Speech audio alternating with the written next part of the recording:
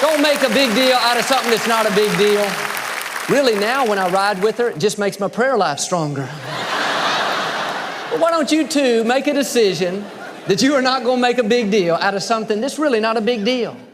Why don't you not let people steal your joy? Don't let your circumstances steal your joy. The scripture says in Proverbs 14 verse 30 that a relaxed attitude is going to lengthen our life. But do you know just the opposite is true? When we live all uptight and pressured on the inside, all that's going to do, medical science tells us, is weaken our immune system. And we're going to be much more susceptible to sickness and disease. Another way you could look at it is every day we live pressured and intense, we are shortening our lives. And I'm asking you today to lighten up and not let all these things, large or small, to steal your joy. I want us to go into this new year with a greater determination that we're going to be happier than we've ever been before. But some of you are going to have to put your foot down and make some serious changes because you've gotten into a bad habit where everything is so intense and pressured. Everything is just a big deal. You never laugh, you never smile. Now you're going to have to draw that line in the sand. Your attitude should be, I refuse to live stressed out. Now, I am not going to get upset when my plans don't work out. I'm not going to get frustrated when people don't do what I want them to do. No, from this day forward, I'm just going to relax. I'm going to take life as it comes, and I'm going to start enjoying my life. And see, we got to realize God is in control. He is directing our steps. When you get caught by that train, you get delayed a few minutes, instead of getting all upset, why don't you think about the fact that just maybe God is sparing your life from an accident?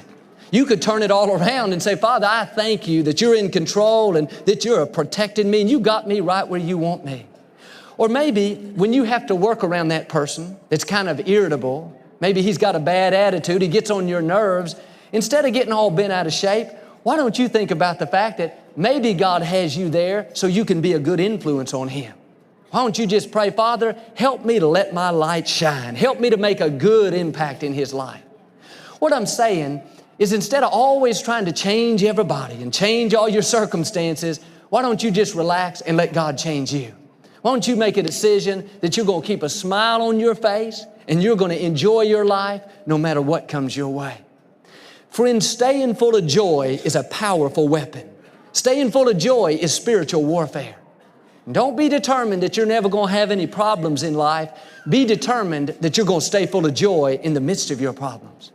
And one reason why it's so important that we keep our joy is because when difficulties and adversities come, that can be very draining of our energy.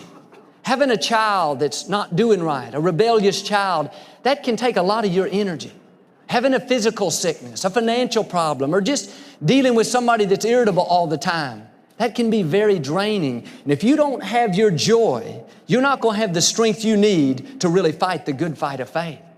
And so often, when trouble comes and things don't go our way, the very first thing we do is get down and discouraged. God, why is this happening to me? I just don't understand it. I can't put up with this anymore. No, in the tough times of life, more than ever, we got to dig our heels in and make a decision that we're going to keep our joy.